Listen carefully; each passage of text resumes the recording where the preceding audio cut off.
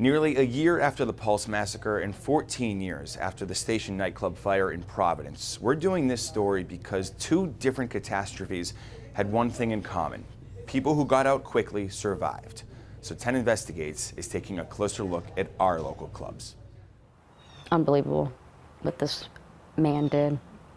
It was unbelievable and disgusting what he did to all of us. Amanda Grau had already been shot in the side by Omar Mateen when she came to, bleeding on the floor of the Pulse nightclub. The screaming and crying, and something that nobody should have to ever go through. She got up, went into autopilot. So all I thought about was just getting out of that room, and the first thing I thought of was just running to the bathroom. There, she and dozens of others were sitting ducks for the next round of bullets. In my back, and then also in my leg here. In the bathroom, Amanda was shot 3 more times. On my ankle as well. She's one of the lucky ones. A Tampa native and huge Rays fan, Amanda spent the last 11 months rehabbing and reliving every decision from that night, including, she says, the one to hide in the back of the club. In an emergency, a nightclub can become a pitch-black labyrinth. Those 4 letters often your only lifeline to safety. And whether it's the Pulse attack, or fire like Oakland saw last year, claiming the lives of 36 people, or Providence in 2003, where 100 people perished inside the Station nightclub, the ability to find an exit quickly and get out of the building is the single biggest determining factor on whether you'll survive the emergency.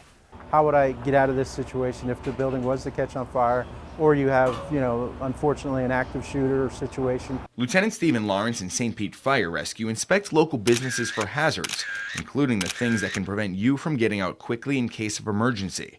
And those things are all too common at some local nightclubs and even restaurants. Well, that's not their number one concern. Generally, it's, how many people can I get inside the structure and how much money can I make for the evening. Which may explain why, when 10 Investigates checked recent fire inspection records, we found so many Tampa Bay clubs with issues that could cost lives, like the failure to keep and maintain fire extinguishers at The Drink in South Tampa, obstructed exits at the 261st nightclub in downtown St. Pete, and a slew of hazards at the Dallas Bull near the state fairgrounds, including 19 different issues with emergency lighting.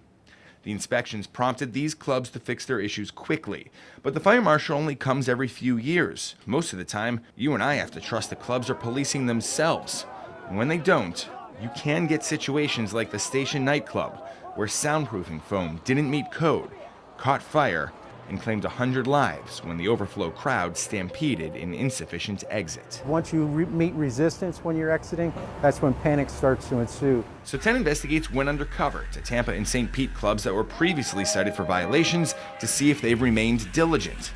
And we found one glaring issue at the Dallas Bull: a couch partially blocking an emergency exit on a second-floor balcony. We wanted to give you guys an opportunity to show us what you've done since the last time the fire marshal was out here. They never allowed us back in. In fact, their owner ghosted us after we told them what our story was about. So did 261st in St. Pete, operated by McDinton's. They originally agreed to an interview to show us how they addressed violations that included fire extinguishers, exit signs, and lack of emergency exit from a balcony. But after the fire department failed to pass the club a second time, 261st cut off contact with us as well. In the case of Pulse, hundreds of clubgoers were able to escape because the exits were well maintained. And that's a lesson Amanda has taken with her. She'll never again enter an establishment the same way. I'm more aware of my surroundings, and I try to, look for exit points, and sometimes certain places get me nervous when a lot of people are there. It will change her forever, but not for the worse. I try to smile every day as much as I can.